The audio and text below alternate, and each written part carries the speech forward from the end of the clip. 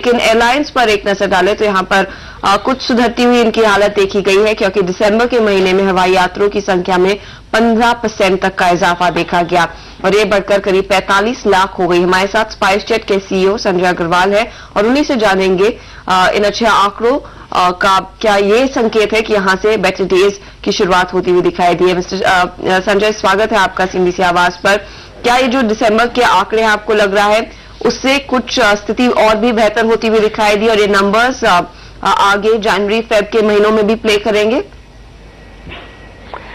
हर्षिता, सिर्फ दिसंबर ही नहीं, for the last 6 months I think जुलाई से शुरू हुई थी improvement in numbers for air passengers और 6 महीने से हम लोग कंटिन्यूसली इम्प्रूवमेंट देख रहे हैं, month over month, year over year improvement.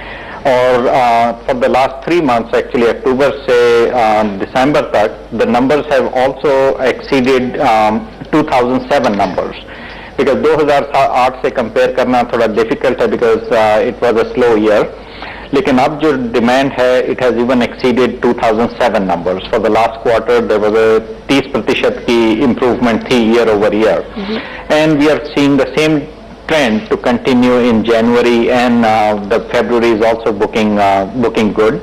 March के लिए कुछ कहना अभी मुश्किल है क्योंकि March is still probably 45 days away.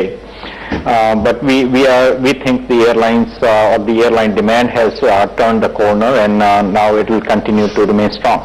We are optimistic. जी, अगर ये क्वार्टर इतना ही अच्छा रहा है तो क्या जो आप हमेशा से मेंटेन करते हैं कि 2010 में स्पाइसजेट ब्रेक इवन करेगा, ये अब मुमकिन दिखता है? It is a good possibility. That's all I can say.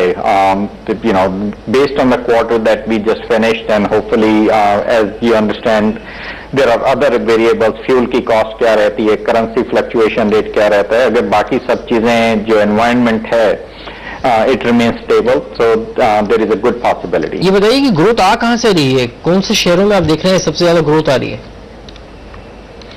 The growth abhi bhi still is coming out of tier 1 cities. If you look across all the airlines, सब airlines का 90% से ज्यादा जो revenue है वो tier 1 cities से आता है, either tier 1 to tier 1 or tier 1 to tier 2 cities. So the growth is still coming from the same cities, but I think if you look at the long term, अगले 5 से 10 सालों तक का अगर आप देखें तो उसमें I think growth आएगी tier 2 और tier 3 cities से, but still I think it is the same passengers who had stopped flying or had reduced flying are coming back to aviation. क्योंकि आप अगर 2007 के लास्ट क्वार्टर से 2009 का लास्ट क्वार्टर कंपेयर करें तो डिमांड इज मार्जिनली अप, सिर्फ 5-6% की इम्प्रूवमेंट है। 2008 से 30% है, बट अगर 2007 से कंपेयर करें तो सिर्फ 5% की इम्प्रूवमेंट है।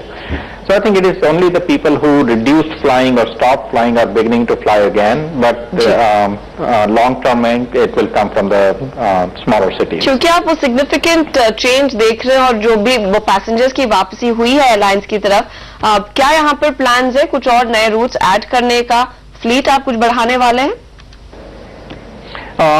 हमारा प्लान है to add at least 4 more airplanes अगले 12 महीने में, and we are also looking at maybe adding a few more airplanes on top of those 4.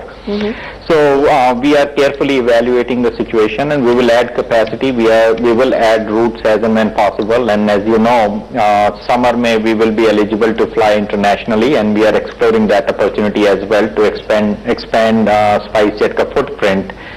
ना कि जो हम 18 सिटीज में फ्लाई करते हैं इंडिया में, but to expand it to some international destinations also.